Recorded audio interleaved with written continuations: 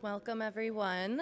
Thank you for being here. This is the Mental Health and Chronic Disease session. We have Dr. Deborah Gillman here.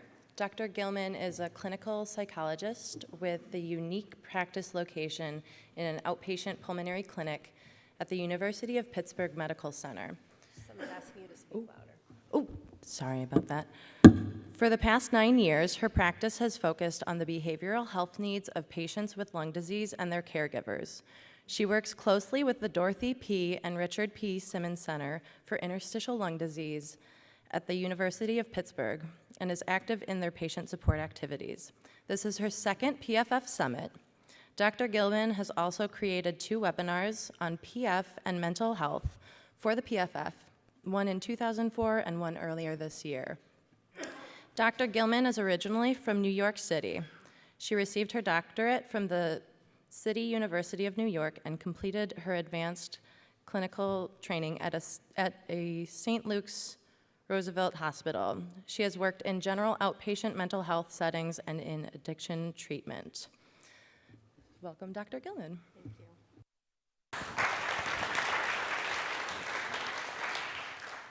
Okay. Is this on yet? Or yeah. Okay. So my plan today is to not speak only from the podium. But let me just say that it's wonderful to be here, and I think we have a great space, and hopefully we can use the next hour and a half to be in a good space. All right.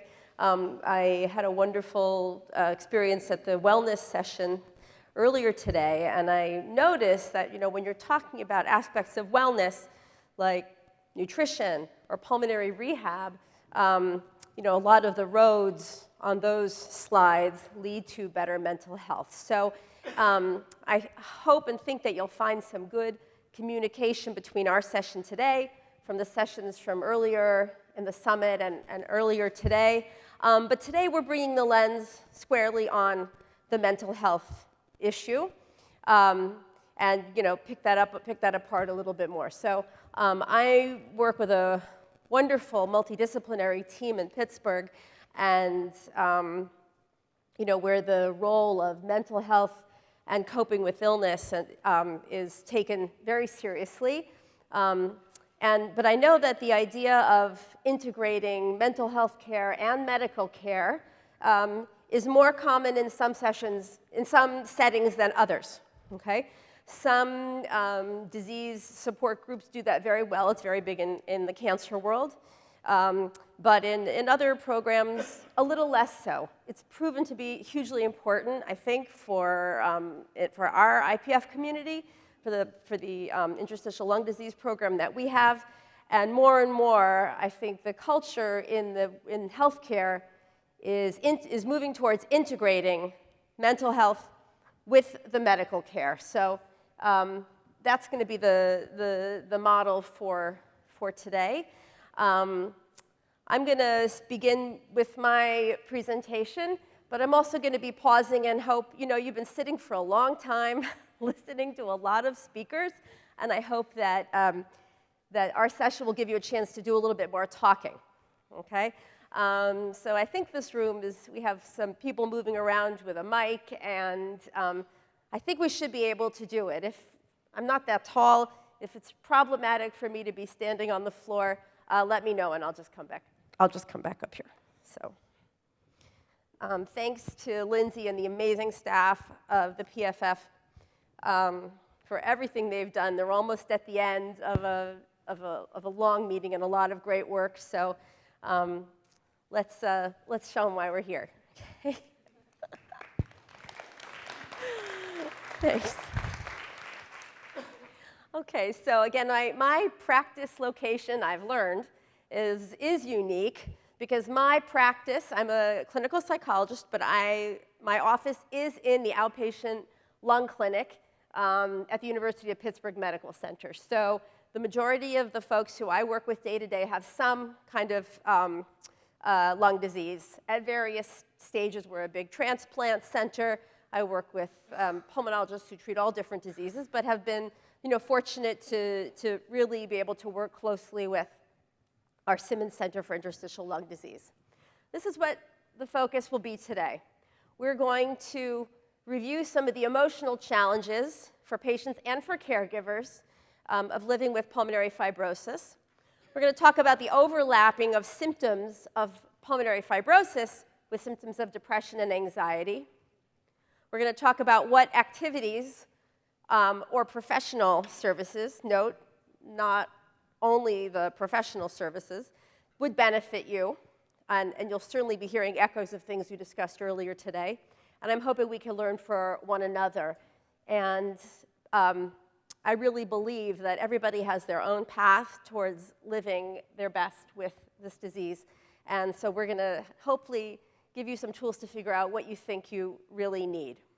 So when I was first hired, the director of the interstitial lung disease program said, well, our patients need a lot of help. Everybody who's newly diagnosed should come talk to you. That should be part of the intake. But the fact is that not everybody wanted to come and talk to a professional counselor, right? If you think back to your own experience or your family's experience, that might not have been the first thing on your minds. So we've had to think a little bit more, think differently about what folks need. Does everybody need to speak with a professional? No. Does everyone live with or manage or process their diagnosis in the same way? No. But why would you assume that patients with pulmonary fibrosis need mental health care? It's scary. Yeah. Unknown. There's nothing worse than the unknown. Denial. Mm-hmm. Grief. Yes, we're going to talk about grief. Yes, absolutely. Mourning. You don't have to be, you can still be alive and be in mourning for yourself. Breathlessness. There's no cure. There is no cure. Right. Right. It's a whole new world, and with one end point, different points along the way, but right. So it seems to make sense, right? Everyone should be seeking mental health support. And so some of my answers here: the stress of diagnosis, breathlessness, fear, right? The loss of independence, there's the mourning, uncertainty. Did anyone feel more worried after they did research on the internet? Okay. That's what we do this day when we need to know something. Not always helpful, right? More information in any way is not always, it depends on how you get it. For some people, it's not always right to use of oxygen or living with oxygen. And then, of course, a diagnosis such as this can really throw a family system into chaos or into a lot of uncertainty, and it reverberates through the family. Did I miss anything? Did we miss anything? Why someone might need mental health support? Anger. Thank you. Yeah. Yeah. The possible range of feelings. Right. Right. Those are all good reasons to come see a counselor. Maybe. Maybe. According to the research, so depression, so like an actual diagnosis meeting the criteria of depression, is up to 7 times more likely in people with some kind of chronic illness than in the general population. Right? In the general population, 7% of adults may receive a diagnosis in a given year. In an older population, it can be higher, closer to 10%. In one model, for example, in cancer, 15 to 20%. We know that anxiety and panic are more common in folks with respiratory health problems, and we'll talk more specifically about why respiratory health is a great trigger for anxiety, great trigger, as high as 38% in some pulmonary disorders, versus 18% of adults in general who may be diagnosed with anxiety. It's quite a bit higher. In a 2013 study using in-depth interviews with a small group of IPF patients, these were the struggles that were found: shortness of breath, cough, disrupted sleep, frustrations with limits and functioning, anger at loss of independence. the impact on relationships and caregiver struggles on the part of caregivers. So the problem is well understood, okay? In another study, just under 50% scored as depressed. That would have been meeting some criteria for a diagnosis of depression. It was more common in women, but not necessarily worse with disease severity. Okay, so it's not necessarily the sicker folks are not necessarily more depressed. Okay, degree of illness did not, and then neither did age. In an editorial in 2014 in a respiratory health journal, they said that depression and anxiety require particular attention in interstitial lung disease because of how frequently these occur with shortness of breath. They recommend repeated screening over the course of illness, right? And you may not be able to cure IPF, but if you can treat the depression and anxiety, you can improve the functioning, improve patients' functioning, okay? So in a great sea of unknown, what can you control?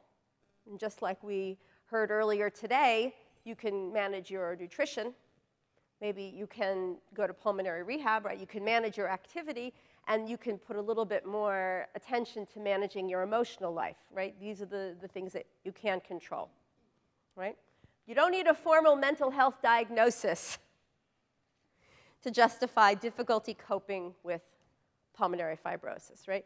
I think that our culture today is a little bit more accepting and understanding of mental health, mental illness, and there's a lot more openness in talking about it. And we're going to think today about the difference between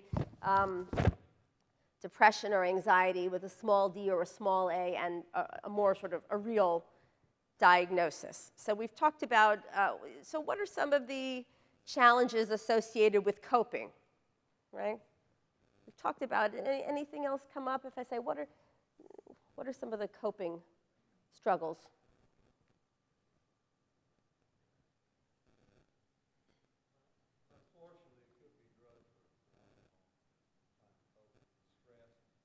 Mm-hmm.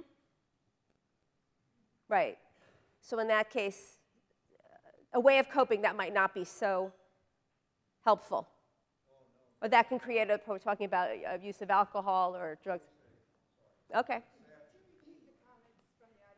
Yeah. Drugs or alcohol as coping strategies. Sometimes it's referred to as self-medicating. Yeah, yeah. Finding ways to, right. Finding paths toward coping that may create other problems. Mm-hmm. Mm-hmm. There is a model for mourning and grief that's very common in the medical literature, and which talks about different paths a path toward acceptance. Okay, and it's been suggested that this is a model that can be used to understand how we adapt to a diagnosis. Okay, with the idea that somehow you have to come to some acceptance. Okay, so if you look here. The suggested model is one where the first stage, right, that there's stages. Anytime we're facing the unknown or a real problem, it's good to try to break it down and let's see, well, how can we break down this problem and organize our thinking in this problem? So one model is that the first stage is denial, which is what someone suggested, where you're kind of going day by day or just a kind of a numbness or a state of shock. And then that would move into anger, which is perhaps necessary, but sometimes anger is anger. Sometimes it's a cover for other emotions. Bargaining, right? The what if, particularly maddening with an idiopathic disease, right? Where there's no looking back. There's no question of what should I have done, what if the if only statements. Can you? Right. What if I hadn't smoked? What if I hadn't, worked in that environment? But again, we don't, with this disease, it's one of the maddening things about it. Right. Right. What if? Looking back, depression, where you're feel more of the sense of loss, right? And depression doesn't have to mean mental illness. And then acceptance. Any surprises in this list? Right? It's proposed that this is a pathway, okay? But I would say, does our coping model always go in stages? No. Anybody want to, any thoughts about that? What's your experience? We bounce around. Yeah. Yeah. Yeah. Yeah. I think I like these terms because I like the idea. I think it kind of it brings in a lot of important points, and some which were brought up by you folks. But I think these are all pieces of it. Okay, there's not one kind of path through it, but it's useful to listen. And I know in my work with individuals, let's say someone's referred for depression. I'm going to be listening for the anger, right? Because we know sometimes emotions like to mask each other, right? You might be listening for elements of all these things. Is acceptance the end point? Maybe in one given period, but then maybe the anger comes back, right? Maybe denial is useful for, denial is very effective until it's not. That's the problem with denial. It's usually not, it's not very durable, but it can sure be helpful to get through a challenging period or a particular life event where being sort of fully and feeling the limits of your disease is not going to help you, right? Sometimes, so we have ways of managing different pieces of the pie. I want to set aside the idea of acceptance, and I want to think about that. Let's come back to that. But I can tell you that when the physicians or the research coordinators or the nurses or the pulmonary rehab staff send someone to me, Deb, we think you should see this person, or why don't you go talk to our psychologist, there's usually some idea that they're not coping well, right? So one example of not maladaptive coping or bad coping might be if someone starts drinking too much, okay? What are some other examples of poor coping? Eating too much. If you can't move around, you're not as busy. That's a good thing, yeah. Lashing out, right? Irritable, fighting with people in your family, sleeping too much. Isolation, yep. Any other examples of bad coping? Bad coping? Well, these are some of the referring problems. I don't think I'm doing well, not doing well. I thought I was okay, but lately I'm not so sure, right? Moving in and out of a different kind of phase in living with the illness. This patient was crying. I talked to them and they burst out crying. Well, sometimes you just need a good cry, right? But maybe not too much. This patient, I think, is very anxious. This patient has a lot of anxiety. The physician might say, you guys see this person, she's got a lot of anxiety. Well, hello, yeah. Or the patient's spouse is very anxious, right? That can be that's the referring problem. The question is who's getting the referral. I'm worried that my spouse or that my care partner is very depressed. I'm okay with it, but I'm worried about how he is doing or how she is doing. These are some of the common referral questions that might suggest, that might send you, that might buy you a visit with the Simmons Center psychologist, which is me. Okay? But does feeling blue or sad or depressed or not yourself or kind of numbed, does that mean that you're clinically depressed? No. Okay? This is what we look for in a general diagnosis of depression. Lack of motivation, a motivation for things you might normally have some get up and go for. Feeling hopeless, hopelessness and despair, that's often the big indicator. Labile emotions, right, crying a lot. Irritability. Some people, when they're depressed, they get very down or flat. Other people get irritable and activated. Some depressions manifest like in an irritable depression. Changes in appetite, changes in sleep, too much sleep, too little sleep. Okay, so these are the things you look for in a depression diagnosis. But what do we notice about this if we're thinking about the patient who's being referred, also has pulmonary fibrosis?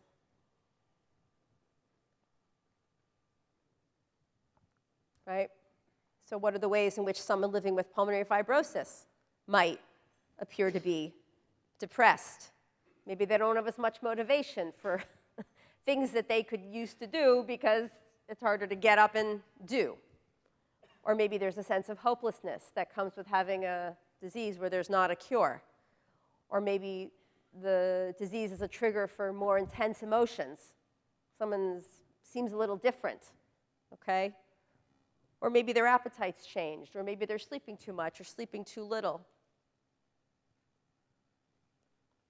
Okay?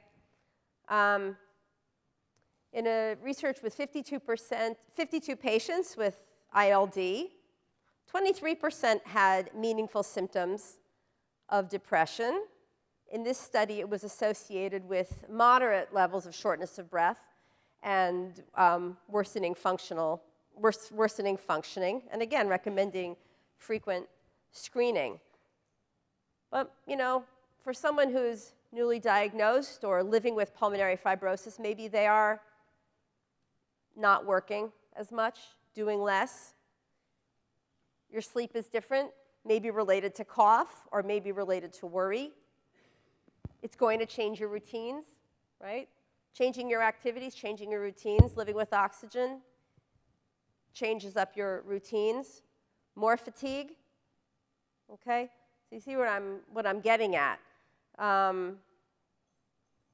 So the question is always, what are these depression symptoms? Is this related to disease? Is this about adjusting to illness, to the normal and expectable changes in functioning or changes in the emotional state that could come with living with pulmonary fibrosis? You always want to know how well was this person emotionally before their diagnosis, right? If someone has a history of treatment for depression in the past, what worked? What's the history? What are the goals for the patient and for the caregiver? So maybe part of the presenting problem is related to how the illness is playing out in the family, right? Maybe the individual with pulmonary fibrosis is doing what they feel they'd want to do, but the disconnect comes with what other people would like to see them doing, and who gets to decide what a good routine looks like. Is somebody sleepy or fatigued? Is somebody fatigued because of deconditioning? Are they optimizing oxygen? What might the barriers be to that, right? So this is, I always hazard, I try to take the referring problem with, think about it critically.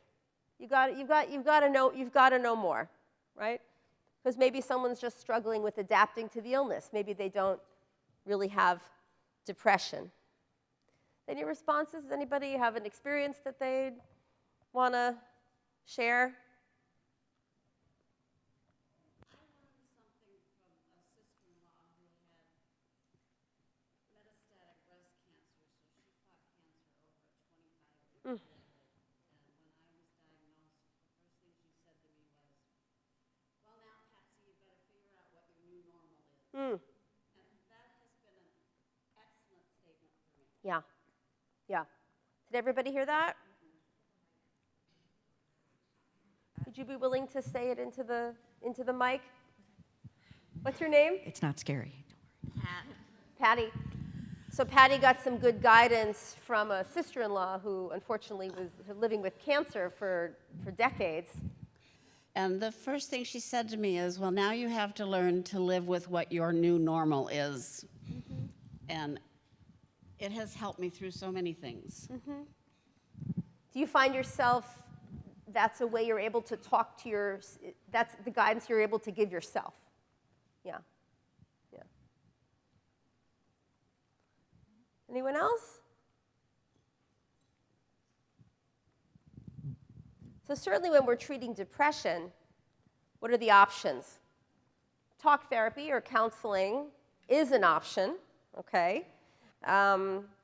Broadening your supports, what you're already doing. Sometimes starting pulmonary rehab is the best therapy for your mind and your lungs and your body, right?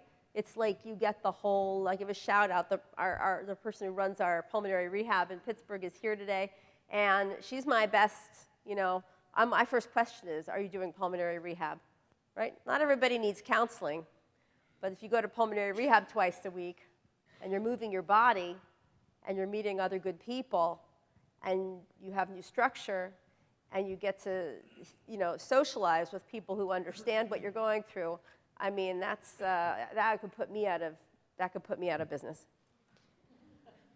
We're going to talk about the concept of behavioral activation, okay? And then we'll talk about whether there's a role for medication to treat depression, if that's really called for, okay? Okay, so a evidence-based treatment for depression is what we call behavioral activation. And the emphasis is on the doing, on the value of doing, okay? So often, we tell ourselves we're going to wait to feel better to do the thing that we should do. When I feel better, when my mood's a little bit better, then I'm going to try to quit smoking again, or I'm going to watch my diet, or I'm going to go back to, exercise, right? But to flip that on its head, often it's the doing first that brings us closer to feeling better. Maybe it's winter, maybe I'll start pulmonary rehab when the weather's better, when I don't really feel right. But I argue in favor of the doing first, okay? And you use the behavior as the guide. It's the behavior that the support comes in getting you to try the new thing, and the emotions come along after. So doing it, just go right into it and just do it instead of... You can't, right. Don't wait to feel better to try the thing that you think might help you feel better. Now, how are you supposed to do it if you don't feel like it? Well, this is a long battle in my field of psychology, where generations of psychologists were focused on getting the emotions into the right place so you can live a better life. And then the next generation of psychologists, researchers came along and said, no, you don't put stock in the emotions, you got to put stock in the doing. And it's always a dialogue back and forth. I think there's a lot to be said for the doing, okay? You may not feel like going to pulmonary rehab. You may not feel like getting together with an old friend for lunch. It's going to be too much to explain. They're going to get it. I don't know. But the perils of not doing are severe, I think. And can't wait. Yeah. Plus, you may have experiences in your doing, unexpected experiences. Absolutely. Right. That help you progress better through That's the right. disease. I met a gentleman with pulmonary fibrosis who was going to join a support group, and I joined it with him. Right. And wonderful, kind man. Yeah. Right. So unexpected. When you do, you step out of the comfort zone or the depressed zone, doing, you never know. You never know what you're going to encounter. Certainly by continuing to not do, you know there's no surprises there. Right, right. So sometimes getting to that new normal is about taking an active step. So that's something I'd like you to think about when you kind of hear that, have that conversation in your head, like, well, I don't really feel up to that. Maybe I'll wait. You want to begin to challenge yourself, right? People pay therapists a lot of money so that they can challenge their thinking. All right? But the whole point is for you to be able to do that for yourself. Challenge your own. Can you challenge your own thinking, and you don't have to go see a counselor? Any other comments?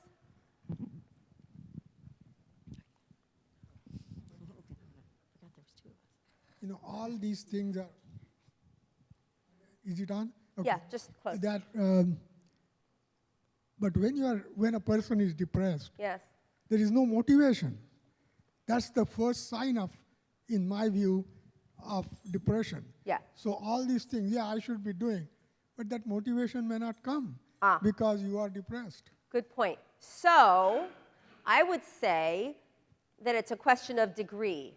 And often, right, the ability or inability to kind of push through the lack of motivation can be diagnostic for what are we talking about? Is it just depression, little depression, or are we really looking at a kind of a more severe depression or a more significant obstacle to getting back to living?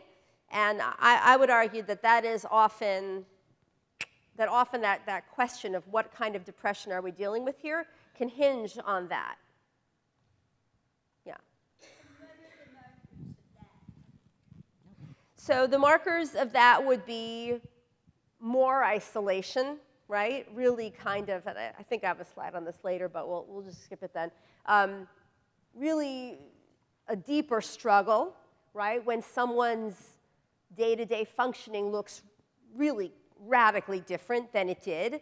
And if you kind of troubleshoot around, well, is it related to living with the illness, or does the person really seem very much not themselves? Very much not themselves. Is it leading to other bad behaviors, right? Is it leading to drinking too much, or kind of a degree of irritability which is pushing people away, right, more gravely as opposed to just a little bit?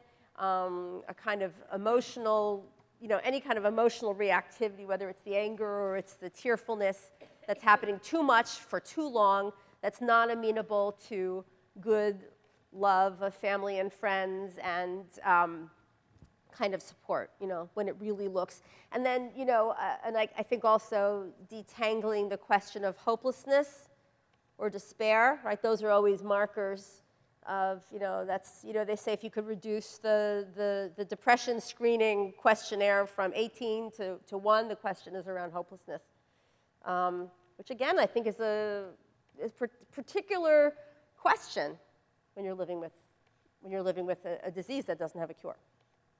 Okay, where's how to find hope? But those are the markers of a real depression. Any other comments? Yeah. Okay. Thanks for waiting for the mic. That just helps everybody. Doug Jones. I wanted to go back to a couple of things. One is about the original part about coping, and the other is about the new normal. Mm-hmm. The part of the additional concerns I had are frustration and guilt. Not being able to do my share of things around the house or whatever, and feeling uncomfortable in a new relationship with my partner, for a variety of reasons.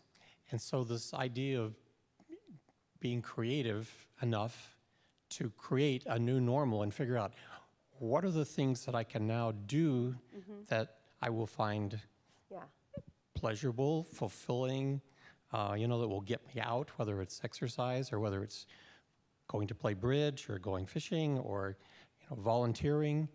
But they all take this effort to recreate, sort of like Yes. when you're first going to, for me, it's like when I was first going to college or something, deciding what are you going to do.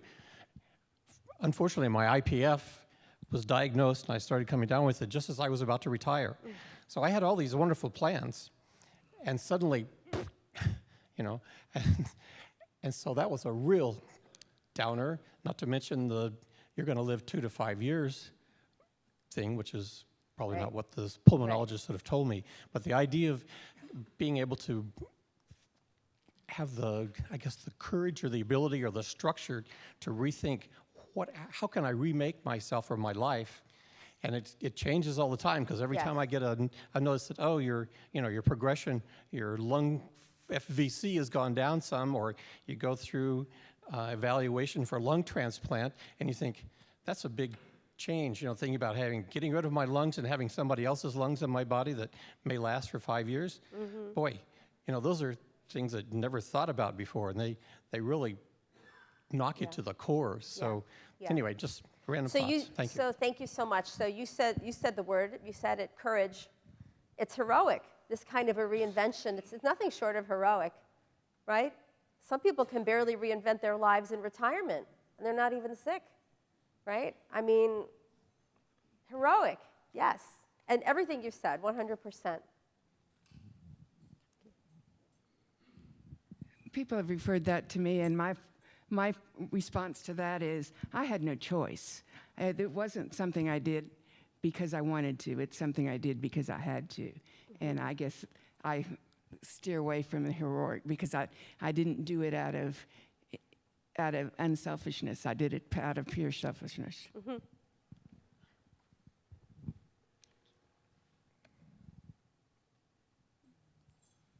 I want to give a shout out to selfishness.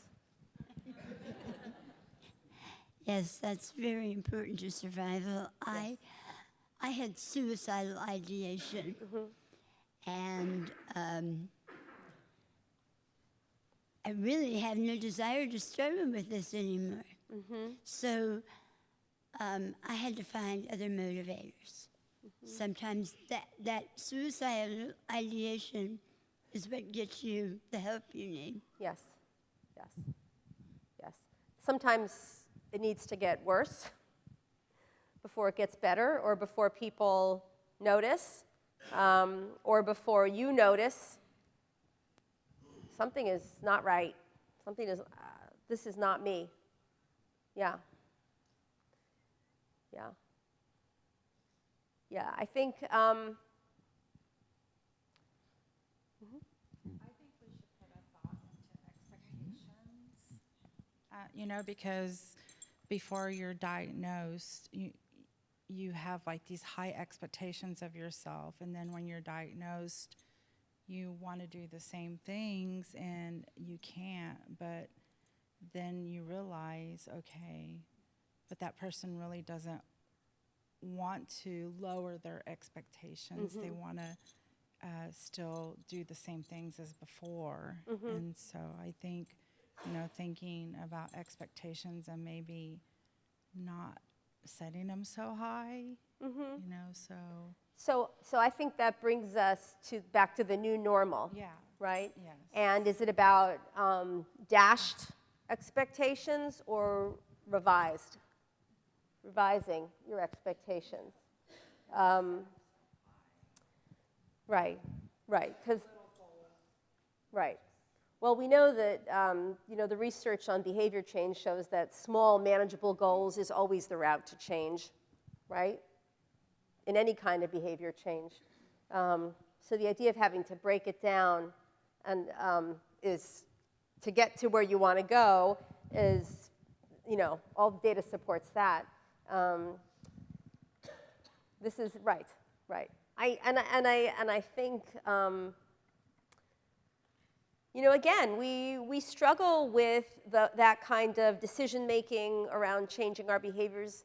That's something that folks are doing all the time around things like diet or substance use or weight loss. I mean, these are the kinds of dilemmas, and then of course it just takes on a whole new cast.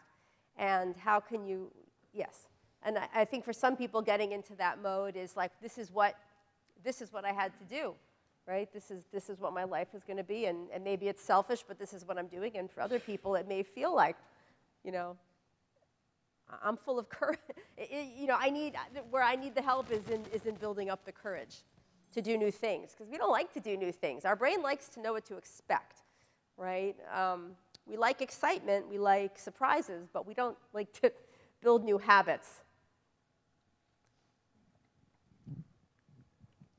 What about fear? I mean, you're talking about a terminal, disease, with the exception, unless you get a lung transplant, which is somewhat remote. There's fear on both the caregiver's part. Which also is associated with fear. Yeah, with the caregiver's part, as well as the person with the disease. And depends on your religious convictions one way or the other, but that's an unknown. Yes. And maybe you use another term for it, but fear is there, I think, in both parties. You're going to lose a loved one sooner or later. Yes. And that's scary. Yes. Do you want to say more about fear? You tell me about fear. I have a question, I guess, for you. Yeah. Do you notice a difference in behavior from the caregiver as well, or the fear or the disclosure, whatever it is, from the caregiver, as opposed to the person with the IPF? Have you seen that at all, and is there a significant difference? Yeah. I think it's very individualized in different care systems. And I think what happens sometimes in a caring relationship is that the emotion is kind of, I like to think of it as like there's a quantifiable amount of the emotion, and it is living in the house, in the system. And sometimes one person carries it all, and one person is the booster, and one person's the terrified person, and the other person's role. We fall into roles. And the other person's, the caregiver's job is to boost. And then sometimes it's flipped. Sometimes it's the care partner who's holding the fear. And one of the most, important things that they do, apart from more chores, is being the fear holder, right? To try to remove that burden. I think it's like a what's the word? Like a dynamic, right, or a substance that kind of lives and can kind of move around. Sometimes it's shared more, balanced, and sometimes, just like with any intense emotion, there's only so much that we can actually live in the fear. Our body is physically incapable of living in a state of intense fear, right? Like physically, that level of activation of our fear response system is not designed to be at peak. So it often ebbs and flows. What you're left with, whether it's anxiety, whether it's depression, or whether it's, it varies. But we're programmed to be, to feel fear at different times, okay? Or there's certain triggers for it, right? I think it's very individualized, right? If one person, let's say the care partner is carrying the fear, and then the patient is much better at denial, right? Depends on what we're good at. Some people are really good at being in an intense emotional state. Other people are less good at it and do better kind of blocking it out a little bit. But it's a great, thank you for, I think in all the information and all of the learning and in all the, the trying to do the right thing, sometimes the fear gets cast aside because we can't live in it. We can't live in it, and there's no way we could have a whole session on fear. But eventually, we'd have to be talking about ways to put some boundaries on it, because it would be too much. But it's right there. It's floating in the air in this whole center this weekend. I think it's one thing that you have to remember about this IPF. You can't do it alone. Mm-hmm. You need a support group, need a church group to help you get through this struggle. And I had a previous situation in my life where I lost a spouse. And I coped with it because I had some training in Stephen ministry. Mm. And so I was a Stephen minister, so I understood what the person might be going through. So it's the same way with this IPF. And you need somebody to talk to. Just listen. Just listen. Yeah. Is all you need. So much, right? Yes. Right. And I would say that if folks do make their way into counseling, sometimes the counselor's role is to bring them to that new normal, to troubleshoot, to kind of think. Sometimes it's about containing the fear. Sometimes it's just listening. What's helped me a lot is just giving it up to the guy upstairs, whatever your faith is, that just give it up because it's not in your control. And I think that I have a friend that had the transplant 3 years ago, and I just had mine recently, and she told me that the first time, and I've used that philosophy in other parts of my life, but it really takes a lot of the burden off. Yes. For some people, that's the greatest need. You know, we, I guess as human beings, are always afraid of suffering and death. This could have been a presentation of any other disease or even without a disease. The difference that I see at IPF is people can become hopeless because there is no cure. Yeah. So coming to a summit like this, where you see a lot of things are going on, that gives you a lot of hope. Yes. So I think that can make a difference if you participate and understand what is going on rather than just worry about, well, there is no cure. So yes. So I would say yes. I say being here, this is active coping. Right? Showing up. So let's go on and talk about anxiety. Okay? We're talking about fear, and anxiety is the body's fear response system. We are hardwired to experience fear and anxiety. Right? This is the thing that kept primitive beings safe from the bear in the woods, right? Or this is what keeps us watching the crosswalk, right? This, watching the light for the walk signal. We have an inborn, capacity to experience fear.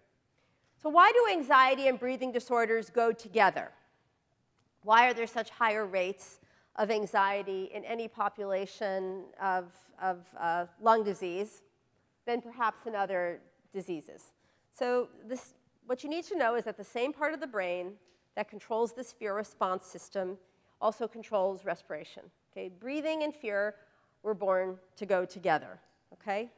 But also the experience of living with shortness of breath causes feelings of fear. Okay? So these are two separate explanations, both 100% valid, and you can become conditioned to associate fear, shortness of breath, as a trigger for fear, trigger anxiety. Okay? So anxiety is very much rooted in the mind-body connection. Okay? There's always a dialogue between how you feel in your body and what you think is happening. Right? If we are feeling fearful, or if we're feeling short of breath, right, we are always going to be looking to explain it. Okay? Some people are kind of breath holders or more prone to panic and anxiety, and they don't have any lung disease, but they try to figure out, we're always trying to make sense of what's happening in our bodies. Except sometimes the explanations that we come up with are not true and not helpful, right? As in fear of enclosed spaces or fear of heights or this, or God, I'm not good at large social events because my heart races and I feel I'm not safe unless I'm, if I'm in a scary social situation. So we're always trying to make sense of why, right? If you have pulmonary fibrosis, you know why you're having shortness of breath. That doesn't always help the fear. But one of the ways in which we manage the fear associated with shortness of breath is by talking back to our bodies. So we're always looking, what is it in the environment? What are are we feeling fearful or anxious because of something in our mind, ideas? So we're always looking to make sense. Is it in the mind? Is it in our reality? Or is it in our body? Okay? The way you manage, so we were at the session on pulmonary rehab, okay? There are the breathlessness associated with anxiety can be, and the shortness of breath associated with the disease can be addressed directly. Someone once said to me, often breathing is used for relaxation or meditation. There's a meditation session coming up, and there's a lot of attention to breath. And folks often say to me, you can't talk to these patients about minding their breath, right? The breath is too stressful. Breath is the biggest problem. Well, talking about something doesn't make it scarier, right? The fear is there. The scary associations to shortness of breath are there. But what you can learn through pulmonary rehab, or sometimes these are the kinds of exercises that I'll do, is develop techniques for deeper breathing or managing shortness of breath that can help manage that. And if you're going to be managing your breathlessness, you will be managing your anxiety because you'll be deactivating that trigger center. Sometimes it's about optimizing oxygen, right? Especially for some folks in the early stages of their illness. Sometimes it's about improving conditioning. Sometimes it's about building in, just general more support, right? And sometimes it's really about detangling that relationship between the idea that any experience of shortness of breath is a trigger for fear. Now, we know why it is, but bringing it to a place where you talk to yourself about how it is a symptom of your disease and not, a terrifying trigger is one way of managing the anxiety. Okay, but as we said with depression, not everybody with pulmonary fibrosis meets the criteria. Not everyone who has pulmonary fibrosis is significantly anxious. Okay, not everybody requires specialized treatment for anxiety. Oh, also the other recommendation is always about learning to pace yourself. The new normal for how you move through your activities, move in your home, move through the world, right? New models. So what I've always trying to emphasize is that there's different ways of living with illness, different paths to coping. Okay. So what I want to turn to now is the idea of sort of things that are therapeutic versus therapy, professional counseling versus just what is therapeutic, what works. We talked a little bit about that difference already. Okay? What are the things that works? What works? What are the day-to-day things that you're doing that are working for you, right? Pulmonary rehab, talked about why that's the gold standard for self-care, right? If you can be helped to socialize more, right? Right? These are not things that require appointments, except for pulmonary rehab. These are not things that require copays or referrals or scheduling, right? Is it in your faith? Is it prayer? Are there alternative therapies? Meditation would be one, or any of the newer alternative treatments that are out there, not to treat the disease, but to treat just to improve your coping. Okay. So for many folks, figuring out what is therapeutic, what enhances your new normal, right? Whether it seems selfish or whether it's an act of courage to just try new things, is enough, okay? We've talked about all the ways in which pulmonary rehab helps, and we've shown that, if you can improve your health-related quality of life, people who are attending pulmonary rehab will have improvements in their health-related quality of life.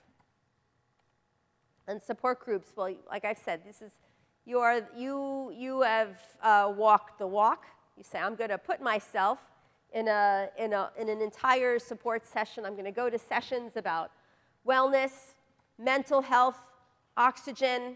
I'm going to get information about research. I'm going to get information about clinical trials. So you are the choir.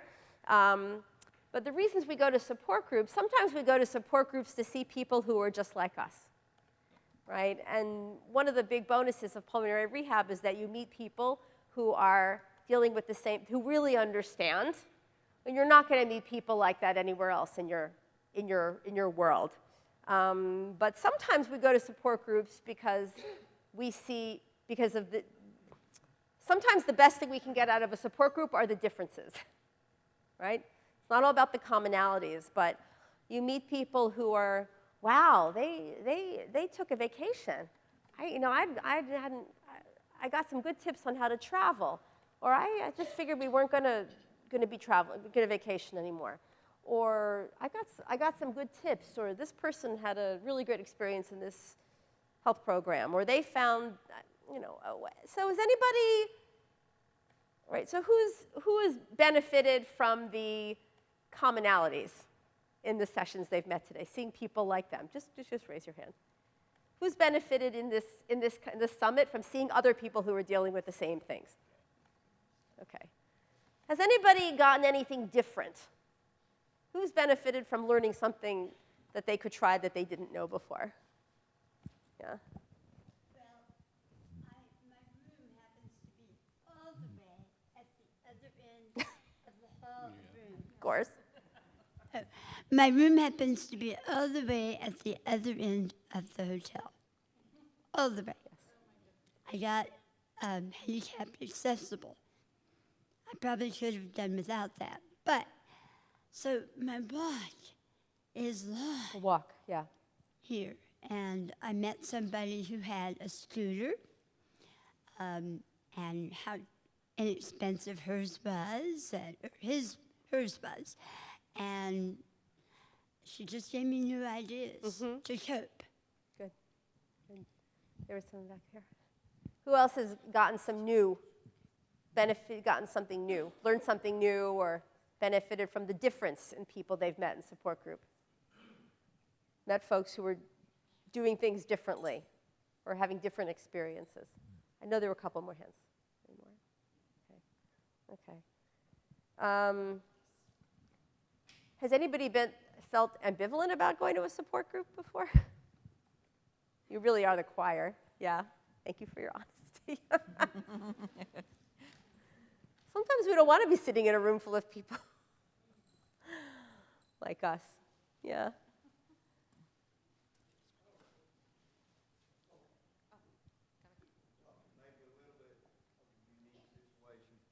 Maybe a little bit of a unique situation for us.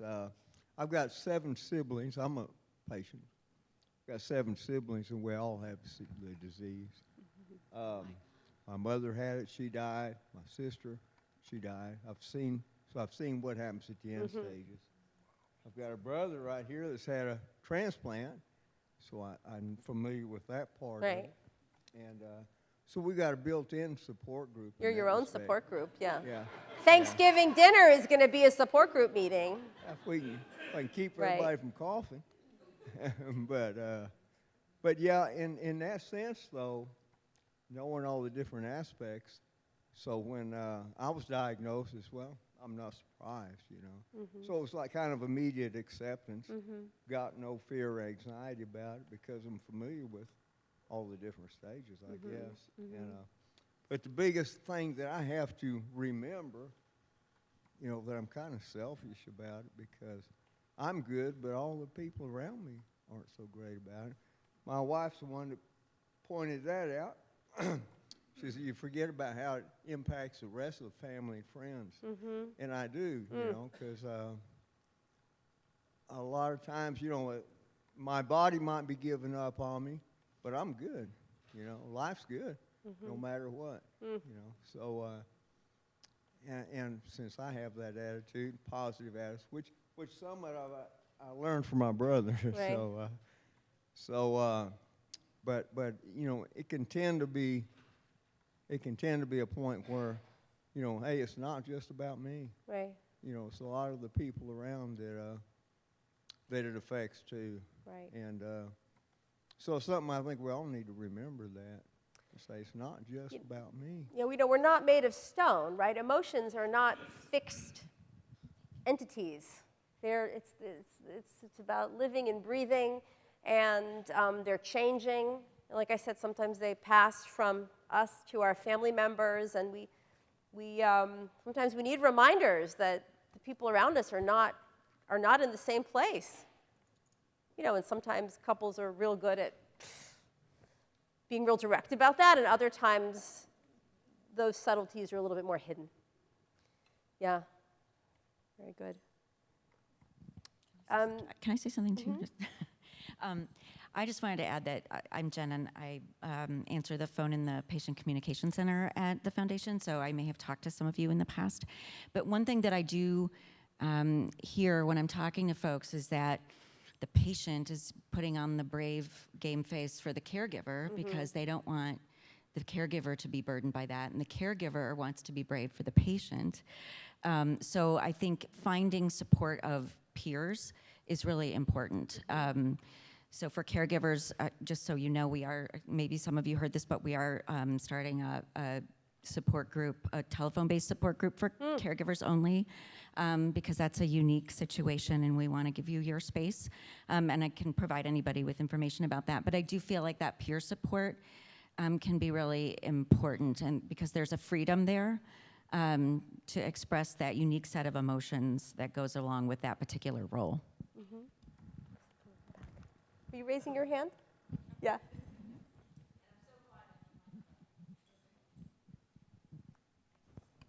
Yeah, I just wanted to share, I'm a caregiver. My husband's a patient in another room right now. But just to the point that was just made, early on, my husband handled the diagnosis beautifully. I did not. We're 3 years in. I'm probably going to cry saying this. So he's my rock, but he went to a support group meeting once and came home and said, I'm never going again. It's a room full of grumpy, sad, feeling sorry for themselves kind of people, and it's not what I need. Interesting. So I let that go for about a year. Yeah. And about a year later, I said to him, I think it's time for you to go back. And he's still coping very well. But what got him to go back was, I said, you know, I think you can be the light for somebody else. And my husband's a helper. He's a savior. And that's what got him to go. And I know he's gotten a lot out of it now, but if there's anybody in the room not going because it's not the right environment, you might be the one who helps somebody else. Beautiful. Beautiful.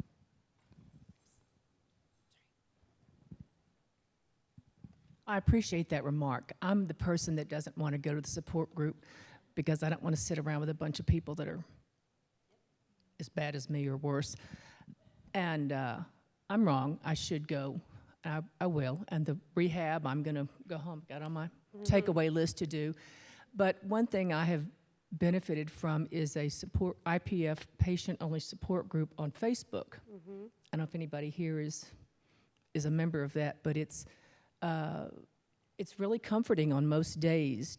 You know, when I feel like it, I scan over there and see what's going on. Someone might throw a question out. You know, do you have aches? And then people respond.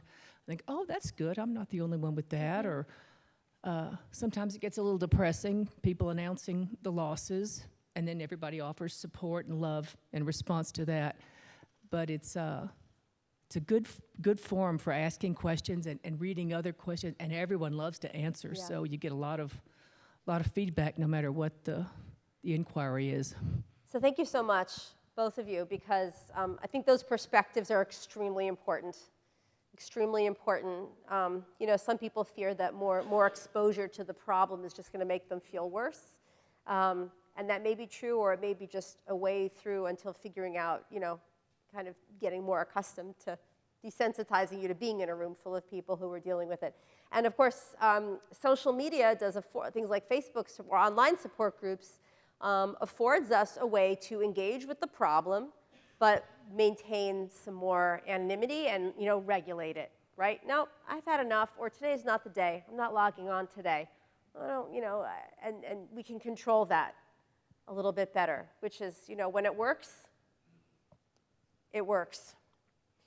I'm going to point out some different alternatives for coping, and there's going to be a group after this on mindfulness meditation, which I really encourage you all to go to, and I'm going to not say too much about this now because of that.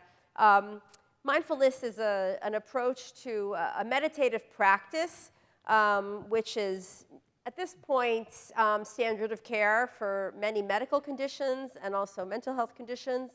It's a strategy for building awareness of your body, your breath, your body in space, a way of stilling your thoughts. It's like I say it's the opposite of multitasking. And it's the kind of practice that if you do it a lot, it can have a very, very strong impact on your quality of life and on your emotional health. So I'd say if you have an opportunity, it's not easy and it takes some time to master, but there's ways of getting taste of it. There's so much information about this. There's online exercises, and the program in its formal mode is mindfulness-based stress reduction, which is an 8-week training session. In any major city, you're going to find opportunities for this at hospitals, clinics. There are private practitioners who do this kind of training. There are ways of learning from it that you can bring into your day. So I say anybody who's learning to live with oxygen and having to move more carefully or plan the way they arrange their environment or manage walking with the tubing in such a way that they're not having accidents is already incorporated mindfulness into their daily life. And again, this is something that people seek out a lot of help with, mastery, and that's you're already living with it increased mindfulness. So I want you to all ask yourselves, right? Because sometimes the answer is already there, but we just haven't labeled it as our therapeutic strategy. Okay? What are you already doing that helps? Right? Sometimes we're doing it and we don't even see it. What am I already doing that helps? Are these weekly family dinners already, if I really let myself think about it? Are the visits with my grandchildren? Is, breakfast with my friends? Is the, quiet time with my partner? Setting aside time for your favorite show to watch together? The time that you spend with your faith community. Are these actually times when I'm feeling better? That means you already know ways to cope, okay? And maybe they can be increased, or maybe you can just give yourself a little boost from having figured out things that are already helping. Where do I find, what are my continued sources of competence, self-care, joy, or strength? Right? So look around, because maybe you need more, but maybe the seeds are already there. So when is it time, though, to say, I need more help, or to say to your partner, I think you need more help. If you're feeling too overwhelmed, too anxious for too long, too sad, too depressed, not able to pushed into that behavioral activation mode. If the consensus by the people closest to you is that your functioning is significantly poorer beyond what you might even normally expect with illness-related changes. If the stress in your family relationships or your care relationships is too extreme, if you're getting more feedback that you've changed beyond what you might expect. Sometimes a great reason for going to counseling is because your partner's doing enough. And maybe you don't want them to be only carrying that burden of fear or worry for you.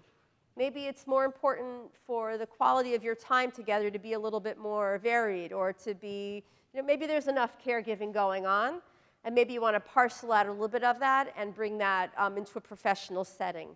Sometimes, the counseling setting provides a degree of confidentiality, right? And maybe there's aspects of this that you want to talk about, which you don't want to talk about with family members, okay? Or maybe you feel like your coping is not what it could be. Isolating too much, drinking too much, right? How do I bring it into, I need as a way to get to better coping. So professional counseling, sometimes it's about addressing very concrete goals. right? I need to figure out what my new normal is, right? I need help. Sometimes it's about changing these thought patterns. It may be about exploring changes in the changes. Sometimes it's more exploratory. Sometimes it's more problem solving, and sometimes it's more just about thinking out loud. Diagnosis like this can be a real trigger to think about other events in your life, other dynamics, or things that you thought maybe you could put off dealing with. So sometimes not everybody who comes to see me in my lung clinic is always there to talk about their disease, right? My location there certainly helps, and it may have been the impetus for coming in, but maybe there's other things that you want to talk about and with a different kind of urgency. Counseling can be time-limited, or it can be open-ended, right? Sometimes a therapy referral can be associated with a referral for medication for anxiety or depression, or not. Sometimes people are working with their medical provider and getting medication, or their primary care doctor's been prescribing Zoloft for years, and then they say, maybe, how you doing? Maybe it's time to talk to a counselor. So the order can go both ways. Do you need to see someone who specializes in lung disease? Well, if you want to come to Pittsburgh, you can see me. There may be a social worker or licensed professional counselor in your hospital setting who has that kind of niche, but not necessarily, right? Sometimes, there are, you can find therapists who have some experience in working with illness, chronic illness. You just need somebody good who you feel very comfortable with, who you feel has some more insight or information than you already have, okay? You can find a therapist through word of mouth. Many pastors, primary care physicians have counselors who they know about, who they, these are people who are making referrals often. Hospital settings, there's a great website which I use all the time, which I need to make referrals in different areas outside of where I work. There's that old magazine, Psychology Today. I think it's still in, I don't even know if it's still in print, but it's online, and they have a Find a Therapist website. Sometimes your health plan will have lists of approved providers, right? Just folks, it is almost 2020, and everybody has behavioral health coverage, almost. These are not the days where you have to pay extra for behavioral health coverage. There are parity laws with medical and mental health care. Gone are the days of session limits, or you don't need specialized referrals. I mean, maybe there's some places in the world that you, but this is really, when I was in training, that, how many sessions do they have, and did you have a doctor's note? You don't, I think that's really very less common. So those barriers are reduced. Who could prescribe medication if you think you would need some medication? In many settings, primary care providers are doing a lot of prescribing for mental health issues. There are psychiatrists, right? And many primary care doctors have the psychiatrists who they refer to. Any working therapist will have prescribers who they work with. And there are some pulmonologists who are very accustomed to treating folks living with illness, and they do the prescribing themselves. And they'll tell you if that's not in their bag of tricks. We're fortunate to have palliative care providers who do a lot of prescribing for depression and anxiety, because palliative care is about symptom management, whether it's pain, whether it's shortness of breath, or whether it's about anxiety and depression. So we've had nurse practitioners and palliative care physicians. In our setting, there's psychiatrists who work with transplant. If you're in the transplant pipeline, you have access to those psychiatrists. So that's where we get the referrals to. This is some data from a study at our center where people who participated in an active self-palliative care intervention to improve quality of life benefited in reducing isolation, gaining perspective, found value in participating in clinical research, clinical trials. That's another good behavioral activation activity, and it lowered stress. Here's some data on the challenges to caregivers in pulmonary fibrosis. Right? We're not surprised that at least 50% had trouble finding respite.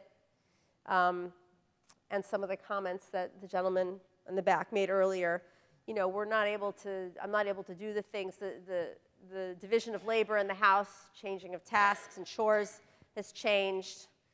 Caregivers have their own emotional response, right? They're also living with the cough. They also may have their own fears about not having oxygen, right? And feel that it's their responsibility to ensure that things are running smoothly. And you know, the stress of dealing with DME companies is a family affair often. You may be less social, right? As a couple, there are new routines, and there's you know, lots of appointments, dealing with insurance, dealing with DME. You know, there's a lot of, you know, living with chronic illness is a full-time job. Managing chronic illness is a full-time job. And then, of course, everyone is living with the uncertainty and with the fear.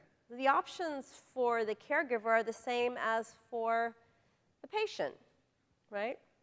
Maybe therapy, okay, to manage your own grief, to adapt to the new normal, or to address your own anxiety or depression, to move towards improved self-care, to broaden your resources or existing supports. Maybe, right? So maybe it's just about getting to better coping, or maybe, you know, or maybe the caregiver doesn't want to burden the patient with their own fears. Maybe they feel like there's enough fear, and they helps them to take it to a professional, or maybe there's a role for medication. So not that different. So you've all, I appreciate so much that so many of you have been willing to talk and share your own experience, and that was what, when Lindsay and I first talked about the session, our hope was that after a couple days of a lot of listening, that you could do some more talking.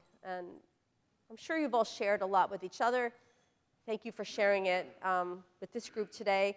We have more time. So does anybody have some reflections or comments? Or, okay, sir. Wait for the mic, please. Okay, Jennifer. I wanted to go back to the comment or the slide that you had about active coping. Mm-hmm. And I was just going to share something that I found was helpful for me, and I'm hopeful that I can find a mechanism within the group, whether it's a blog or a forum, where I can share the things that I did, and then maybe get people to share things that they're doing, mm-hmm. so that we can expand the list. But of course, it was devastation to get the diagnosis, but to get it was like 10, 11, 12, 13 doctors and magnitude of tests and blood draws and imaging and all sorts of things, and nobody thought I had it.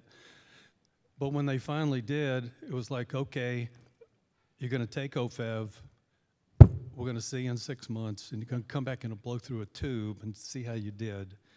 I'm like, well, that's it? And I went home and I started thinking about doing something. So I started out with Aquatic Aerobics, and I found that I was getting a little bit more energy. And then I started researching and talking to people about things other people were doing. For instance, what were athletes trying, or what were other people doing? So I added light weights, and then I added swimming, and then I added some biking. And that became a part-time job, was to do these things 3, 4, 5 times a week. And I found that the more I added, then a friend of mine was telling me about this scientific study and paper about hydrogen. and he directed me to hydrogen water and the athletes that are using it for renewed energy. And so he built a hydrogen machine for me, so I make hydrogen water. Oh my goodness. And then they gave me a candle, and you can inhale hydrogen. And then I met a judge that had COPD and a terminal illness, and they told me I had 3 months. And he went on CBD, and at night, a dot of Rick Simmons oil, which is THC, at night. And after 5 months, he was in the Rockies hiking, and he went to his doctor, and he had virtually no presentation left of the disease. So I decided that I was going to do the same thing. So I started doing this list. One of the things, you were talking about anxiety and depression. I was going through a period of anxiety. But when I started taking the CBD in the morning, at night, and then a slight drop of THC at night, I've been sleeping like a baby every night. All the anxiety went away. The stress went away because something happened in my brain that reprogrammed, that made me put myself first. Yeah. And all the people I was giving my life to in my work that drained me and got me stressed out, I realized I was more important than them, and I reevaluated the entire way I handle everything. So I have all this laundry list of things that I'm doing, but at least I'm feeling like I'm doing these things religiously every day, and every time somebody comes up with something new, for instance, one of the doctors came up with low-dose naltrexone as a possibility. I have talked to every speaker that I could corner after their presentations to ask them. The consensus of having talked to about 8 of them is, well, it won't hurt you, and we have no information that there's going to be any problems, bad side effects, so why not? But we don't know anything about what it may do for you. But the idea of taking it was just like the hydrogen water. It's supposed to give you more energy. So if you can improve different components of the quality of your life that you are doing, that you're controlling, then now you have things that you're actually working on. So I'm going to start on this medication next week when I get home.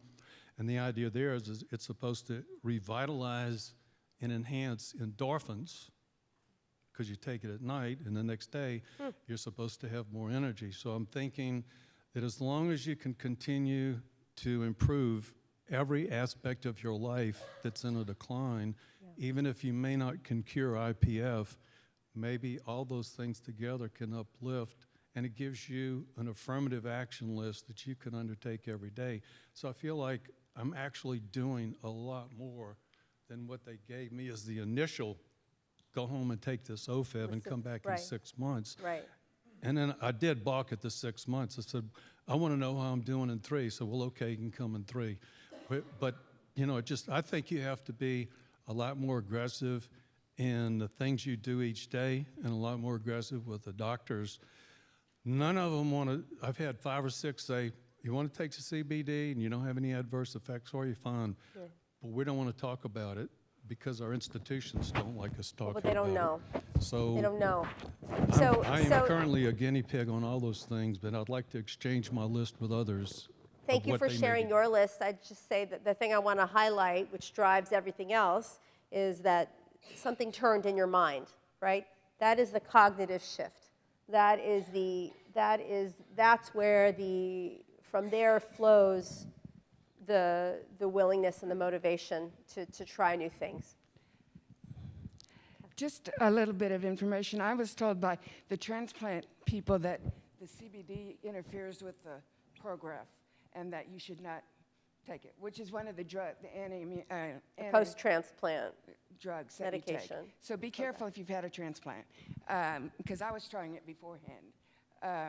And the other thing I've always said is I'm the contractor of my body, not the physicians. I'm the one in control. Let me make the decisions. You can give me the ideas, but and I use their judgment, but they're not in control. I am. Now, they might want to think they are, but I know otherwise. So. That's another beautiful kind of reframing, right? You adopt a certain mindset and a way of talking to yourself about something, and then everything flows from there. Yeah, just a quick question. if in the stages of grief, acceptance is probably the one that people need to get to be able to have something positive happen. They can start making arrangements in their life, start doing those things that they need to do. We had an Uber driver that brought us out here, and she was bowled over by Sid and I wearing our oxygen, doing this stuff. She has a father who has some kind of respiratory illness. He's been sitting at home with an oxygen tank since. They've had arguments. They won't even talk anymore. And I was just curious, there's nothing I could tell her except I'm sorry to hear that, but how would you get somebody, how would she even get somebody that's in that kind of a depressive state and try to get them into the acceptance to say, well, at least do something.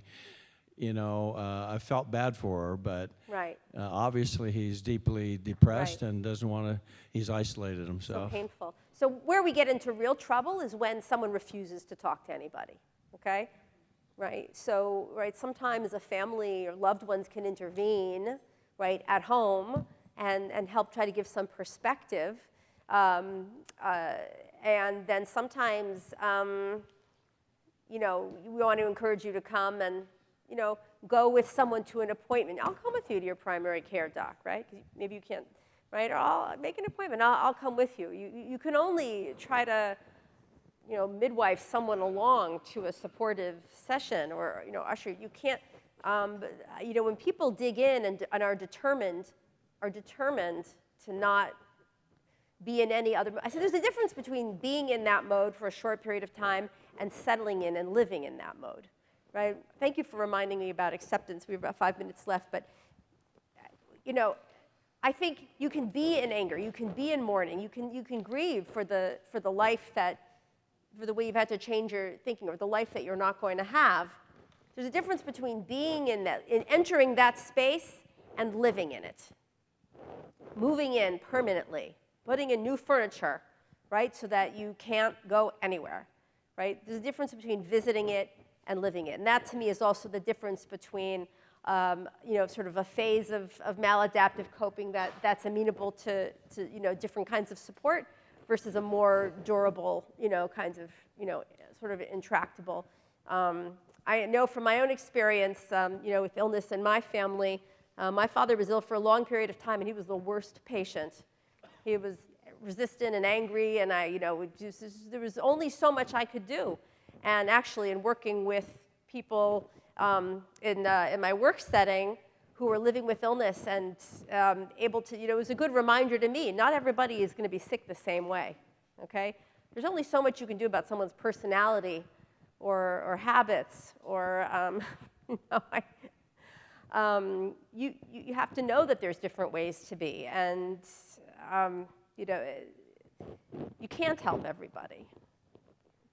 Before my transplant, I used to play golf 5 days a week, and I would garden in the afternoon, and that was like my regular normal, and things went downhill afterwards. After my transplant, I couldn't garden, and the first year, I played golf with my wife once, just to make her happy. The second year, I think I played golf twice. This year, at a little over the 3-year mark, I met my donor sister, and we had a long conversation. She told me that her brother had mental illness, committed suicide, and from that point on, it took about a month or so, and all of a sudden, I don't know, I did a self-analysis, and I said, I must have been depressed because all of a sudden it was like a curtain had been lifted. Amazing. And I actually became like a different person. I got up one morning, my wife said, early, and my wife said, where are you going? I said, I'm going to go play golf with the guys. And she said, you haven't been in 3 years. And I said, I'm going to go play golf. And since that day, in early this summer, it's like my whole life changed. A new serenity.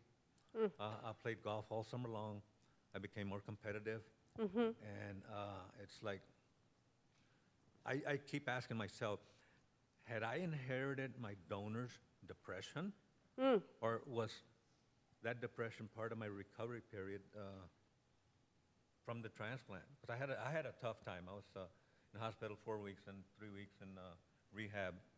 But yeah. Tougher than some, not as tough as others. Yeah. Amazing. That's a And great story. I still do a support group with my wife and everything. So, and I've just got a new guy that's scared witless. He doesn't know what's going on with him. Amazing. And he had to self-refer himself and everything. But I'd like to share that I'm sharing my experiences with him. I took him to his first evaluation, and you know, for him, I'm trying to learn a little bit more here. So thank you for your presentation. Anyone else?